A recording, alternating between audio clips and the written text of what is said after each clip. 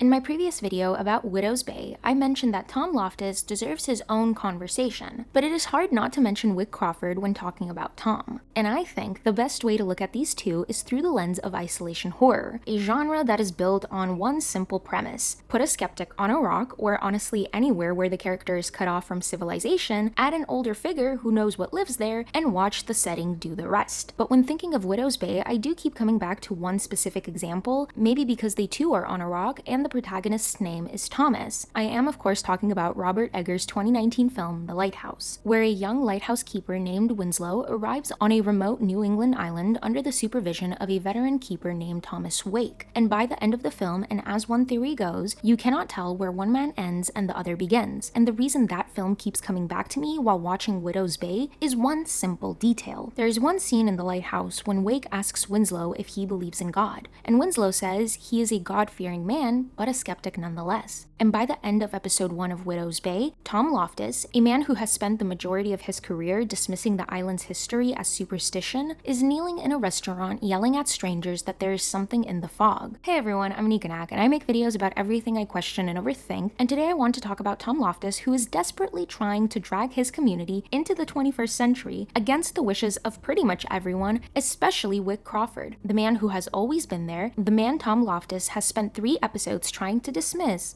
and the man he is slowly becoming. Or is he? So without further ado, let's get into it. Now, having only 4 episodes at the time of writing this script, and 5 when this video comes out, you would think little is known of Tom. Wrong. The show does anything but shy away from his backstory. We learned that Tom is not really from Widow's Bay. He spent his summers there as a child, but he grew up on the mainland, and by his own admission, he dreaded those summers. His father was a local and a man who came home after a few drinks and filled a young Tom's head with horror stories about the island. Things a 6-year-old had no business hearing. And when Tom didn't fall in line, or maybe he got scared, his father called him soft. Now keep that in mind. We will come back to this. Once Tom got older, the summers stopped, but he came back when his father got sick, and it was on that island of all places that he met his wife, who would later die giving birth to their son, Evan. Now fast forward into the present, into what we're watching. Tom is the mayor of Widow's Bay, and his entire project, the tourism push, the New York Times article, the infrastructure overhaul, is about far more than just boosting the local economy. It's a pushback against all those grim horror stories his dad told him growing up on the island, and the idea that Widow's Bay is cursed, ungovernable, and beyond saving. Suffice to say, Tom Loftis is just trying to prove that this place is just a place, because if it is just a place, then his father was a drunk, and everything Tom was told about himself growing up was wrong. And perhaps there is something else underneath all of it. Tom has a son who, by the island's rules, cannot leave. So maybe the next best thing is bringing the technological, modernized world to him, so that Evan never feels the need to leave and never finds out if the curse is real. On the other hand, and I feel like I do need to preface this, that I believe that Wyck Crawford's backstory is deliberately kept obscure. The only thing we do know is what Reverend Bryce tells Tom in episode 2, that Wyck has not had the easiest go of it. That's it. Wyck has simply always been there. And although Tom sees the townspeople's devotion to Wyck as irrational, Reverend Bryce in that same conversation reveals something more telling, that the people around here fear change. So Wyck is not loved because he is right, but because he is a constant. Yet despite Tom's contempt, Wyck doesn't stop. He keeps showing up, keeps warning, keeps pushing. He wants Tom to see what the island really is, unlike Wake from the Lighthouse, who hoards his knowledge and keeps Winslow in the dark. A few minutes ago, I mentioned that Tom's dad used to call him soft, and this matters because in the very first episode, during a public spat, Wyck calls Tom a coward in front of everyone. And in episode 2, the exact same thing happens. Your mayor is a fool. Leave him alone, Loftis. Yeah, he did that. He's harmless. Gotta get us all killed. Yeah, he doesn't care about it. He's selfish. He's a selfish fool. And I think the relationship between these two men can be read as transference, where Wyck is just a fisherman, and what he thinks and says shouldn't matter. But his words act as a vessel for Tom's father, fueling that lingering, unresolved history with his dad that is suddenly being articulated through the mouth of a different man. Now let's say I am correct. Then in episode 2, after his heated exchange with Wyck, Tom is driven by a subconscious need to process this trauma, leading him to confide in William, aka the murdering clown, after a few drinks, inadvertently opening up a psychological wound he barely understands. But because those words are so etched into his brain, and Wick's constant pounding of the folklore, by episode 3, Tom ends up at his door looking for answers about the sea hag who is haunting him. So he rings the doorbell, the one he could never bring himself to ring as a child. He hears him out, he actually listens, and then it slips out. I can't believe I let you into my head again. Damn it. Which is telling me, at least, that Tom isn't only talking about Wick in this moment, but also about his father, I believe, who at some point got into his head too. And it is in the Lighthouse where we see what happens when that pattern runs its full course. During a manic, alcohol-fueled breakdown, the result of weeks of isolation and psychological torment, Winslow explodes at Wake. You ain't no general, you ain't no copper, you ain't the president, you ain't my father.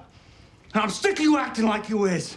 And while yes, he doesn't mean it literally, I think it reads as the climax of weeks of torment, where Wake has become a stand-in for every tyrannical father figure Winslow has ever endured. And at the end of episode 3, the tides in their relationship shift. After shooting the sea hag, Wick reaches his hand out to Tom, and all the public spats, the contempt, the coward speeches, all of it gives way to something that should feel like a resolution. Why is this happening? I don't know. You just survive it. But it doesn't feel like progress because Tom is not bringing Wick around to his way of thinking, it is Tom accepting Wick's. And so by the end of episode 3, Wick is no longer the antagonist in Tom's life, and Tom is no longer the skeptic. They are just two men on an island trying to stay alive. And that, if the Lighthouse is any guide, is when the real absorption begins. Because the moment the two men stop fighting each other and start cooperating is actually the most dangerous point in their dynamic. When Winslow's defenses are fully down. He stops resisting Wake, starts drinking with him, mirroring him, and that's when he loses himself completely. And although we have no concrete knowledge of what is real or not, or even who and what the two characters are, but if you're like me and believe the cycle is literal, then the ending of the film shows us what this looks like when it's complete. Winslow, or Thomas Howard, doesn't just lose his mind, he becomes Wake. And the cycle perpetuates. And I think that is what Widow's Bay is setting up, because what Tom is walking into is not just a grudging alliance with a difficult man, simultaneously he is being pushed toward the unknown dark side of his personality. And similarly to the Lighthouse, I believe that Widow's Bay seems to be exploring what Carl Jung called a shadow, the dark side of a person's psyche, the part they spend a lifetime suppressing, and Tom has spent years, if not more, refusing. But with nothing else to do, and only these grim surroundings and the ghost of his father for company, it seems inevitable that Tom should eventually lose the fight against himself. Therefore, Tom Loftis is not Winslow, but Wick Crawford is the finished version of what Tom is being set up to become. And yes, we might be seasons away from Tom and Wick's ultimate reckoning. I do think the show is planting those seeds for it in every episode, or I might be totally wrong and they become best friends for life and they actually don't mirror each other. So, who knows? But if, and this is a big if the parallels to Egger's film hold up, that friendship is going to cost Tom a lot more than he thinks. But what about you? Do you think I'm insane for seeing this parallel, or are you with me? Do you agree? Do you disagree? Do you have a version of your own? Let me know in the comments down below, and if you're still here, well, thank you so much for watching, and now remember, the important thing is to never, ever, ever stop questioning, even me. Till next time, bye!